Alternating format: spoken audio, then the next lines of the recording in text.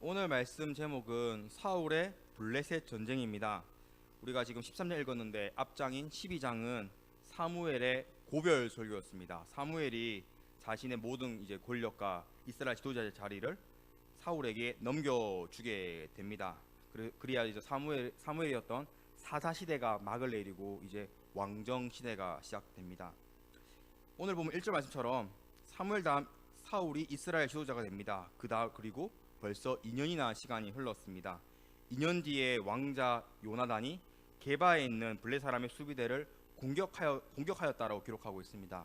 왜 공격했는지는 이유를 알 수 없지만 아무튼 일로 인해서 이스라엘과 블레셋의 전쟁이 발생하게 됩니다.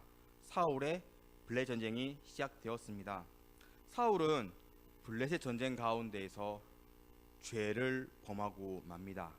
우리가 흔히들 사울하면 아말렉 전쟁 때 순종 제보 났다라고 생각하는 말씀 있는데 그때만 범한 게 아니라 오늘도 죄를 범합니다.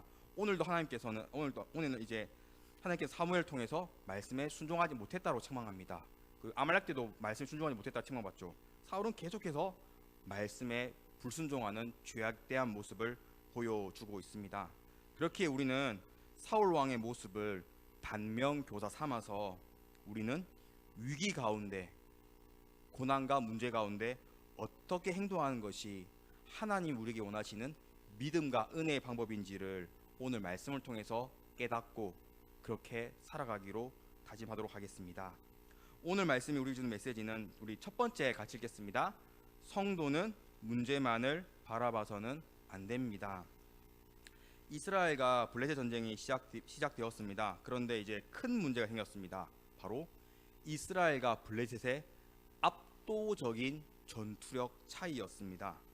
2절 상반절을 우리 다 성경 있죠? 2절 상반절을 보시면 이스라엘 사람 3,000명을 택하여, 즉 이스라엘 군대는 끌어모았을 때는 다 3,000명밖에 되지 않았습니다. 2절 보면 뭐 수비대도 있고 대기한 사람도 있고 하여튼 다 모아도 3,000명밖에 되지 않았습니다. 그런데 블레셋 병력은 얼마였을까요? 우리 오늘 본문 5절 말씀을 다 같이 합독하겠습니다. 블레셋 사람들이 병거가 3만이요 마병이 6,000명이요 백성의 해변에 모래같이 많더라. 그들이 올라와 벳아인 동쪽 민막스에 진침해. 이스라엘 2절 말씀처럼 끌어모아도 제적까지 다 합쳐도 겨우 3,000명인데 블레셋 군대는 지금 병거만 3만 명이다 라고 되어 있습니다. 병거가 아시다시피 전차 부대입니다. 옛날 영화 글래디에이터를 보신 분은 알겠지만 전차가 굉장히 강력합니다. 지금 시대면 탱크 정도의 화력을 가지고 있습니다. 병거도 정말 강한데 그 다음 강해 누구죠? 마병이 몇 명이요? 6,000명이요. 마병이 기병을 탑니다. 말을 타고 싸우는 사람들. 마병이 이스라엘 군대의 2배였습니다. 그 다음 백성 해변 모래같이 많더라. 보병은 셀 수 없이 많았다라고 성경은 블레셋 군대의 전투력을 기록하고 있습니다. 이스라엘은 당연히 전차도 없었고 마병도 없었고 그만큼 많은 병력도 없었습니다. 왜냐하면 우리가 오늘 본문 읽지 않았지만 오늘 본문 13장 쭉 보시면 마지막에는 이스라엘의 상황을 기록하고 있습니다. 어떤 상황이냐면 다 성경책 있죠. 우리 21절 한번 보시면 이렇게 되어 있습니다. 이스라엘 백성은 괭이, 삽, 쇠스랑 도끼, 채찍으로 싸웠다라고 성경 기록하고 있습니다. 제대로 된 무기 보급이 없던 시절이었습니다. 그 다음 22절도 보시면 사무엘 13장 22절입니다. 사울과 요나단에게만 오직 칼과 창, 즉 이 2명에게만 무기 있었다라고 합니다. 왜냐하면 사무엘 13장 19절을 보시면 19절입니다. 이스라엘은 철공이 없었다, 즉 철을 다룰 줄 아는 대장장이가 없었다라고 기록하고 있습니다. 블레셋은 이미 철기 시대에 진입했고 병거, 마병, 온갖 강철 무기로 만들었지만 방어구나 방패도 만들었겠죠. 이스라엘은 철공, 대장장이가 없었습니다. 그래서 저를 가르쳤던 교수님은 이스라엘 오늘 본문에 청동기 시대라고 우리한테 얘기를 했습니다. 이스라엘은 그만큼 문명이 약했고 당연히 병사들도 방금 말씀처럼 농기구를 들고 싸워야 하는 병력도 작은데 무기도 최악의 수준이었습니다. 그러니 이스라엘 군대는 블레셋 군대의 숫자와 그들이 가지고 있는 화려한 무기를 보고 얼마나 두려움을 느꼈습니까? 6절 말씀이 무엇이냐면 6절 보시면 이스라엘 백성이 다 도망갔다는 기록입니다. 산에 숨고 구렁텅이에 숨고 다 도망갔습니다. 그리고 도망가지 않는 이스라엘 군대와 사울 왕은 7절 말씀 하반절을 보시면 모든 백성은 떨더라라고 딱 세 글자, 다 두려움에 사로잡혔다라는 것입니다. 무기부터 병력까지 압도적으로 차이가 났기 때문입니다. 그래서 사무엘을 기다리고 있었습니다. 사무엘이 도착해서 예배 드린다면 우리 이스라엘이 이길 수 있지 않을까라는, 하지만 그 중에서도 많은 병사들이 이미 도망가고 있는 실정이었습니다. 우리 오늘 본문 8절에서 11절까지 조금 길지만 우리 같이 읽겠습니다. 8절에 11절입니다. 사울은 사무엘이 정한 기례대로 이레 동안을 기다렸으나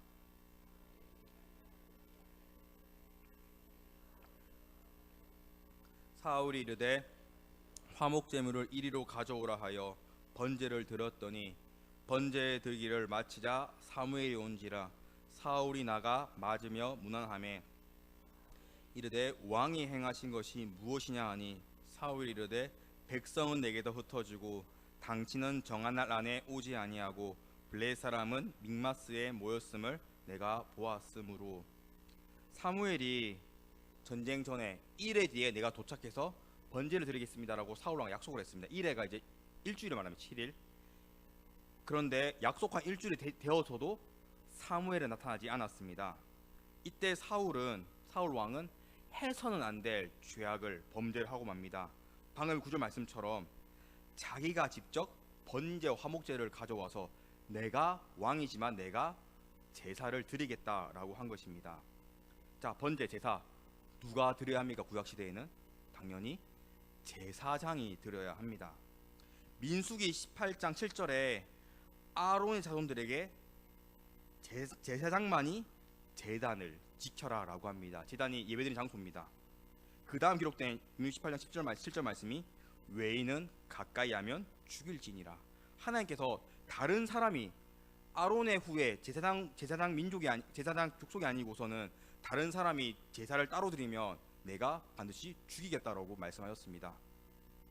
그만큼 하나님께서는 레위 지파 중에서 제사장을 선택했고 아론 자손을 선택했고 이들만 예배를 드려야 한다, 주관해야 한다고 민수기를 통해서 모세오경을 통해서 강력하게 말씀하셨습니다.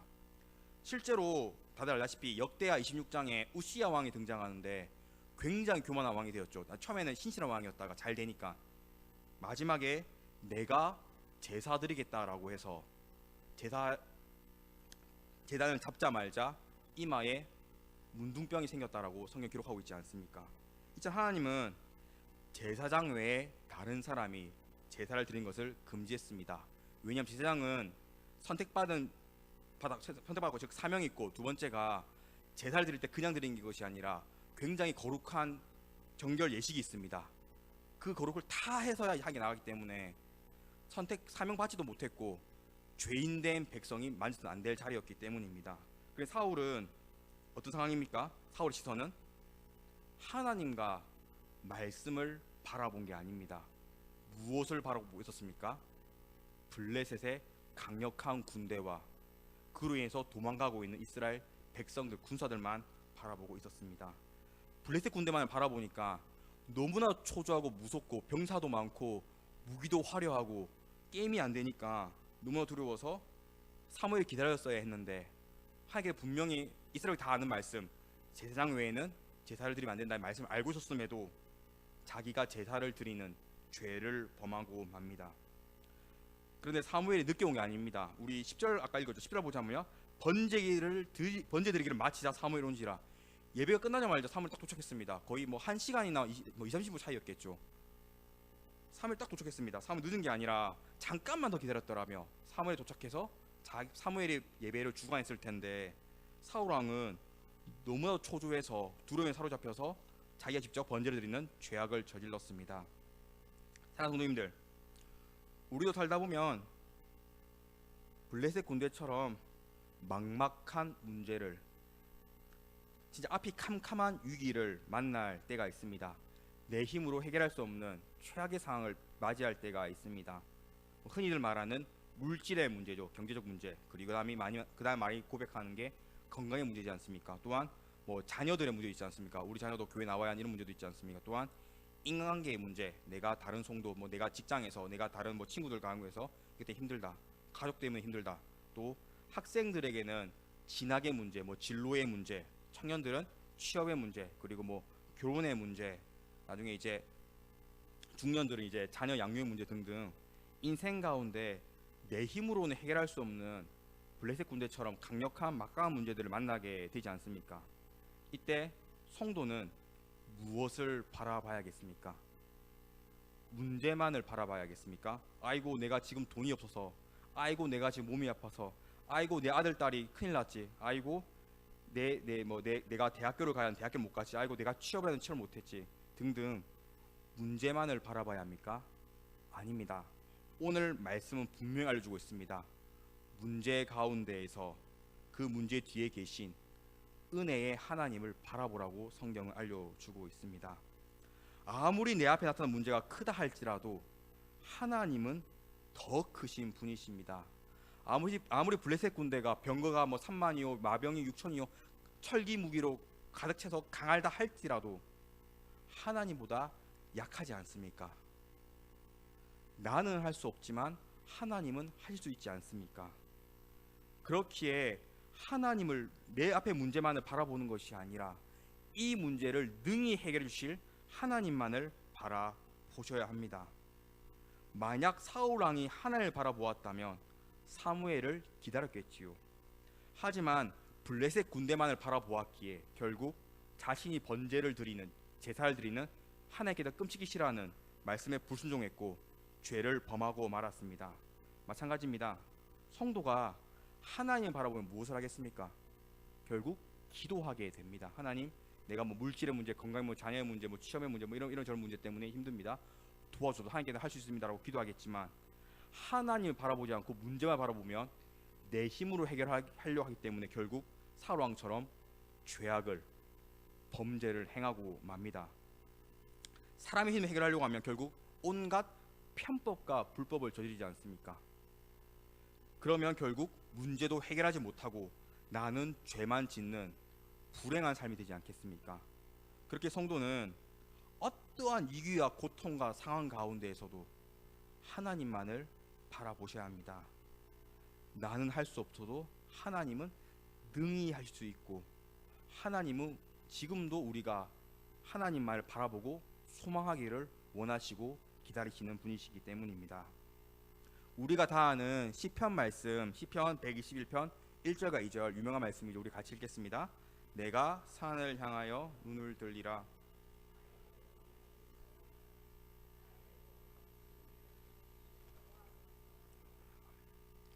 눈을 들리라. 나의 도움 어디서 올까?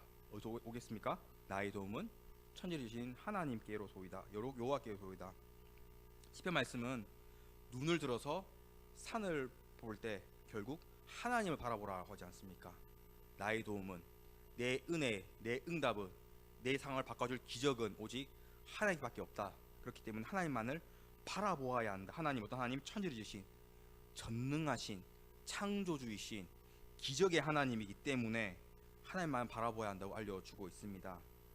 그렇기에 최악의 상황 가운데서도 하나님을 바라보고 기도하면 하나님께서는 블레셋 군대처럼 커다란 문제들도, 내 인생에 다른 사람들은 넌 이미 끝났다 할지라도 이거 해결할 수 없다라고 한 이런 말도 안 되는 문제도 하나님께서는 하나님의 은혜와 기적으로 전부 다 해결해 주시고 승리케 해 주십니다. 그게 사울왕처럼 문제만을 바라보면 결국 인간의 힘을 해결해야 되고 범죄하게 돼서 불행한 삶을 사는 것이 아니라 오직 전능하신 은혜와 기적의 하나님을 바라보아서 하나님께 기도함으로써 모든 문제 가운데 응답받고 승리받는 배들교 되시길 간절히 축원합니다. 우리 두 번째 같이 읽겠습니다. 성도는 반드시 회개해야 합니다. 사울은 제사장이 아닌데도 번제를 드렸습니다. 큰 죄악을 범했습니다. 그래서 사무엘이 사울을 책망합니다. 우리 오늘 본문 13절에서 14절 같이 읽겠습니다. 사무엘이 사울에게 이르되 왕이 망령되이 행하였도다. 왕의 하나님 여호와께서 왕에게 내리신 명령을 지키지 아니하였도다. 그리하였더라면 여호와께서 이스라엘 위에 왕의 나라를 영원히 세우셨을 것이군. 지금은 왕의 나라가 길지 못할 것이라.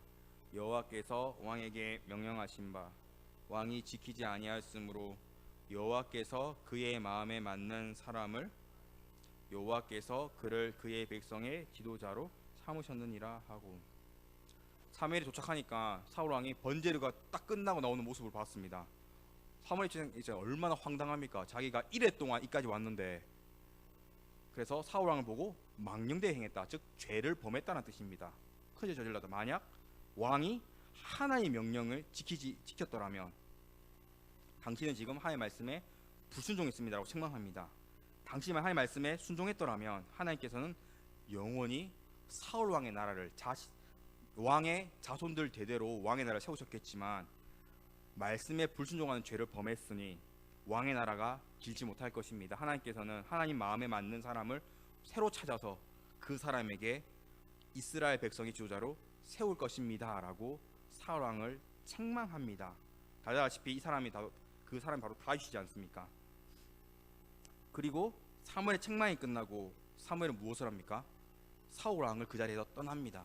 우리 15절 말씀도 같이 읽겠습니다. 15절입니다. 사무엘이 일어나 길갈에서 떠나 베냐민 기브아로 올라가니라. 사울이 자기와 함께한 백성의 수를 세보니 600명 가량이라. 13절에서 14절까지 사울 왕의 잘못한 점을 책망했습니다. 범죄했습니다. 말씀에 불순종했습니다. 하나님께서 왕을 버리실 것입니다 라고 책망했습니다. 그 다음 15절 보면 사무엘이 일어나 길갈로 떠나 베냐민 기브아로 올라가니라. 책망하고 사무엘은 돌아갔습니다. 여기서 중요한 게 사울의 행동입니다. 사울의 행동을 무엇을 합니까? 15절 보시면 사무엘에게 내가 범죄했습니다 라고 합니까? 아니면 떠나려는 사무엘을 붙잡고 내가 범죄했으니 나를 좀 도와주소서라고 합니까? 내가 무서워서 그랬습니까? 내가 너무 무서워서 그랬다고 잘못했다고 합니까? 도와주세요라고 합니까? 아닙니다. 사무엘이 떠나는데도 아무런 액션을 취하지 않습니다. 그냥 말을 듣고 한결을 듣고 흘립니다. 그 다음 사무엘 행동은 무엇입니까? 사울 행동 무엇입니까? 15절 보시면 사울이 자기와 함께 백성의 수를 세보니 600명 가량이라. 지금 사무엘은 당신은 죄를 범했고 하나님께 당신을 버릴 거라고 막 책망하고 돌아가는데도 사울 왕이 한 것은 그 사람이 떠들든 말든 병사가 몇 명 나머지 세워보고 있었던 것입니다. 왜 그랬습니까? 사울 왕은 하나를 바라본 게 아니라 블레셋 군대만 바라보았으니까 자신이 죄를 지었던 믿음이 있다 없더니 중요한 게 아니라 지금 당장 병사가 몇 명이지라는 현실적인 문제만을 바라보고 병사 숫자만 세고 있었던 것입니다. 물론 상황 최악이었습니다. 2절에 3,000명이 되었는데 지금 몇 명입니까? 15절에 600명 가량입니다. 절반 이상 다 도망갔습니다.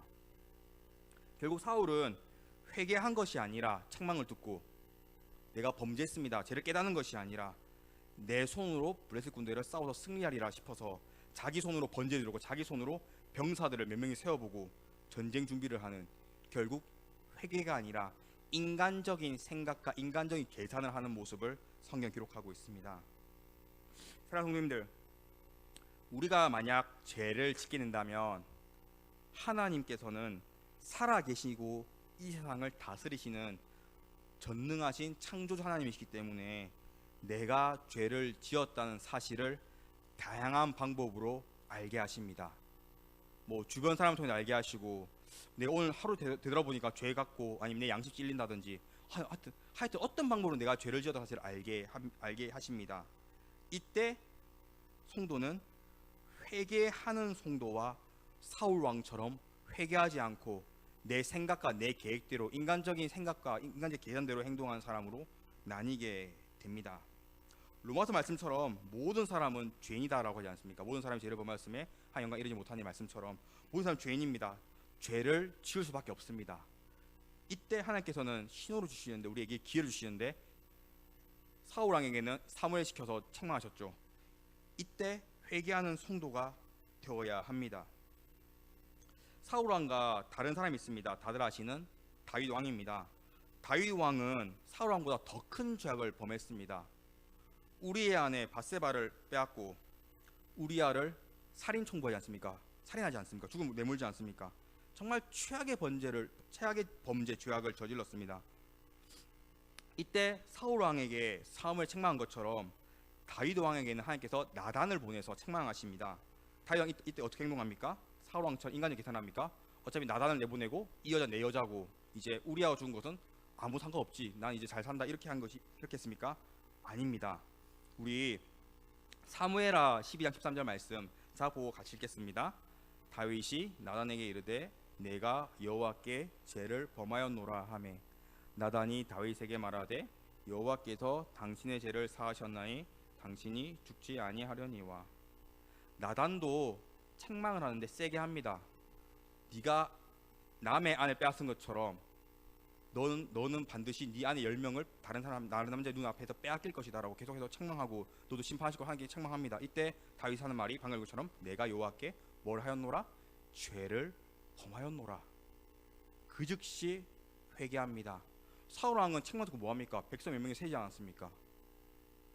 다윗은 어떻게 해야지, 어떻게 이걸 또 해야지, 입만큼 할지 이게 아니라 나단에게 뭐 뇌물 줘야지 이렇게 행동한 게 아니라 그 즉시 내가 여호와께 죄를 범하였노라고 회개합니다. 그 다음 무엇을 합니까?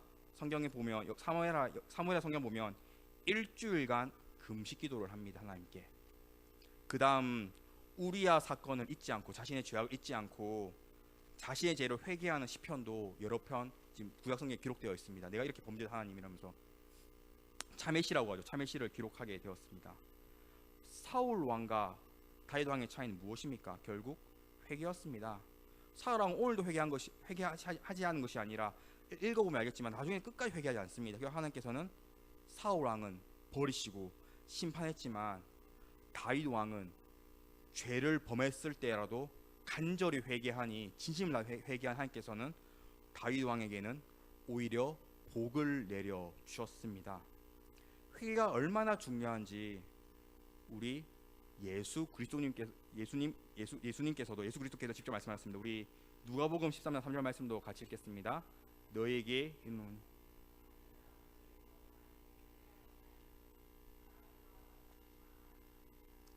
예수님께서 직접 말씀했습니다. 너희가 만일 회개하지 않으면 어떻게 한다? 이와 같이 망하리라.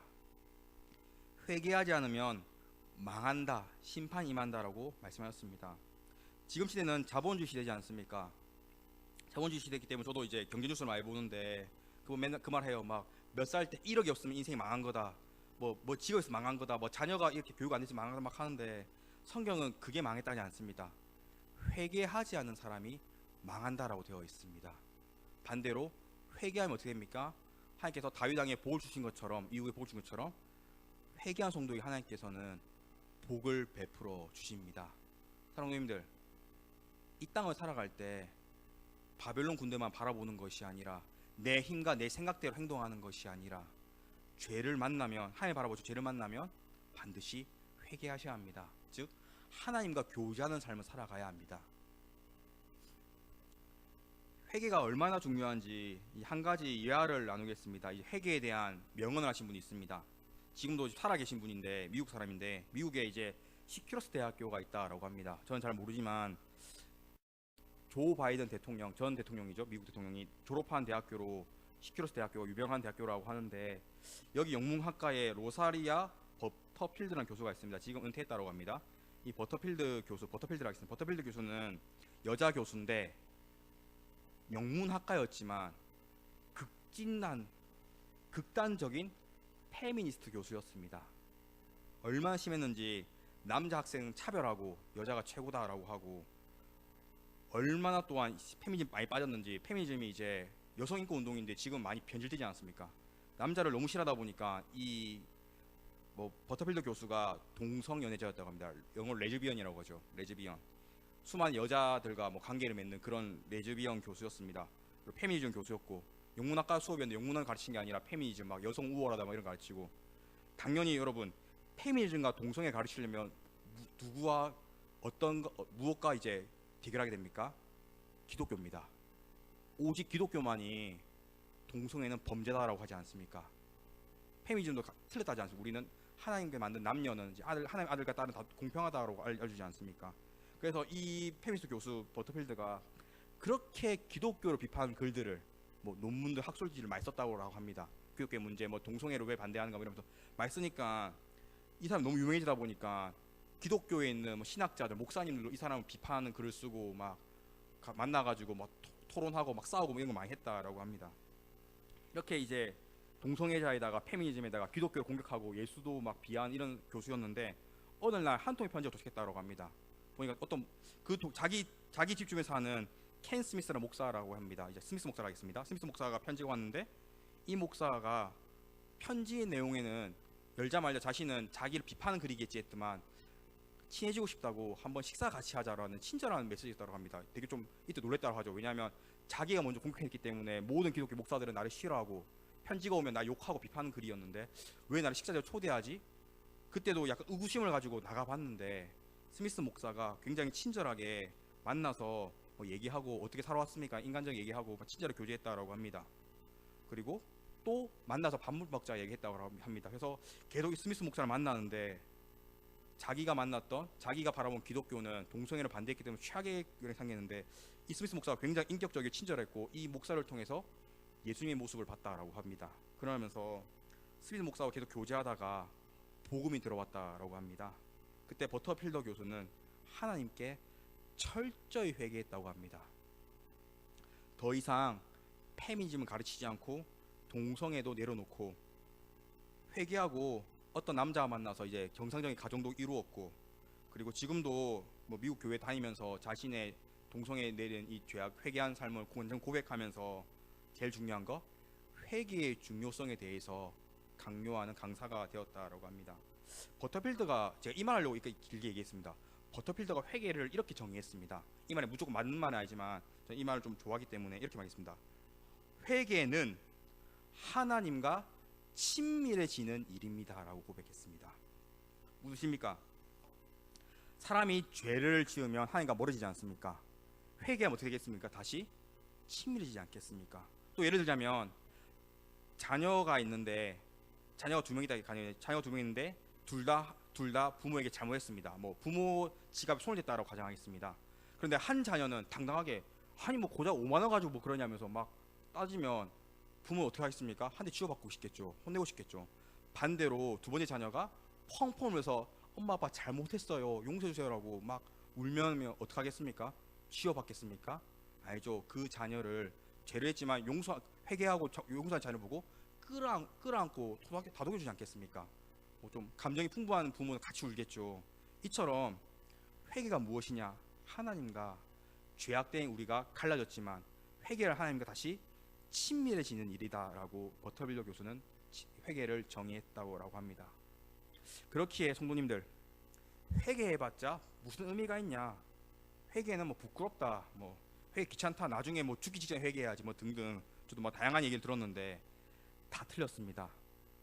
회개는 내가 죄를 지었던 사실을 알게 되면 바로 그 자리에서 회개 기도가 나오게 됩니다. 그렇기에 즉시 회개해야 합니다. 결국 성도 아까 얘기한 것처럼 회개하는 성도와 회개하지 않는 성도는 아닙니다. 회개하는 성도는 다윗처럼 하나님께서 복을 베풀어 주시겠지만 회개하는 성도는 사울처럼 심판이 임하게 됩니다. 살다 보면 많은 죄악들을 만나겠죠. 물론 뭐 TV에 나올 정도로 사회적 물이 일으킬 정도로 뭐 특수 범죄는 안 저지르겠지만 많은 죄악을 저지르게 될 텐데 그때 반드시 회개하셔야 합니다. 예수님께서 날 사랑하사 나를 죄에서 건지기 위해서 나를 회개시키기 위해서 십자가 지지 않았습니까? 회개하지 않는다는 것은 예수님의 십자가를 모독하는 일입니다. 그렇기 때문에 우리는 예수님의 십자가 사랑, 십자가 은혜를 바라보고 나의 모든 죄를 십자가의 보혈의 피로 깨끗이 씻음받고 깨끗이 회개해야 합니다. 오늘 말씀 마음에 새겨서 크고 작은 모든 죄 가운데 회개해서 하나님과 더욱 친밀해져서 더 큰 은혜 누리시는 성도 되시길 축원합니다. 우리 마지막 세 번째 같이 읽겠습니다. 인생의 모든 해결 방법은 오직 기도뿐입니다. 우리 11절 말씀을 합독하겠습니다. 사무엘이 이르되 왕이 행하신 것이 무엇이냐 하니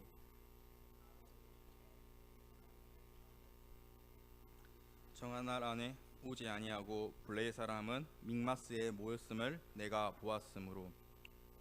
사무엘이 범죄를 행한 사울에게 왕이 행하신 것이 무엇이냐 할 때 사울은 무엇을 했습니까? 회개한 게 아니라 변명하지 않습니까? 백성은 흩어지고 당신은 뭐 늦게 왔고 블레셋 사람들 많이 모였고 뭐 이렇게 변명하지 않습니까?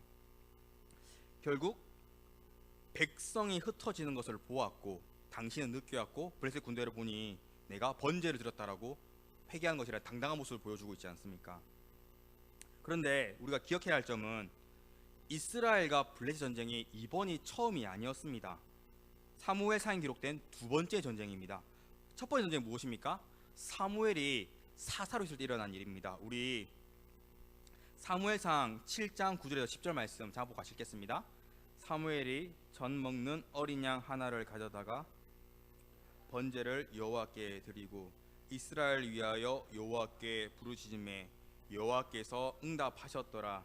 사무엘이 번제를 드릴 때에 이스라엘과 싸우려고 가까이 오매 그날에 여호와께서 블레셋 사람에게 큰 우레를 발하여 그들을 어지럽게 하시니 그들이 이스라엘 앞에 패한지라. 사무엘 시절 블레셋 전쟁은 더 최악이었습니다. 왜냐하면 이때는 모든 백성이 미스바로 모여서 회개 기도할 때였습니다. 즉 이때는 그 아까 말했던 농기구 같은 뭐 사람을 위협할 만한 도구도 없었습니다. 다 기도하게 모였기 때문에 이때 블레셋이 기습 공격을 했습니다. 사무엘 무엇 했습니까? 방금 사무엘상 7장 9절에 이스라엘 위하여 여호와께 부르짖음에 사무엘이 하나님께 간절히 큰 소리로 기도했다라고 기록하고 있습니다. 하나님께서는 사무엘상 7장 9절에 여호와께서 응답하셨더라. 사무엘 기도에 응답했다고 되어 있습니다. 사무엘 7장 10절이 큰 우레를 발하여 그들을 어지럽게 하시니 그들 이스라엘 앞에 패한지라.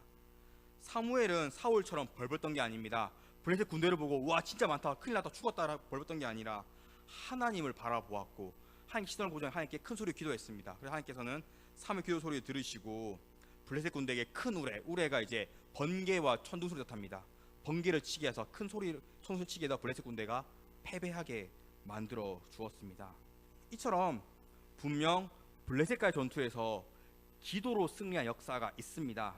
그러면 사울도 두려워서 번제를 자기가 직접 하는 게 아니라 인간적 계산과 생각해서 병사를 뭐 이렇게 하는 것이 아니라 하나님께 기도해야 했습니다.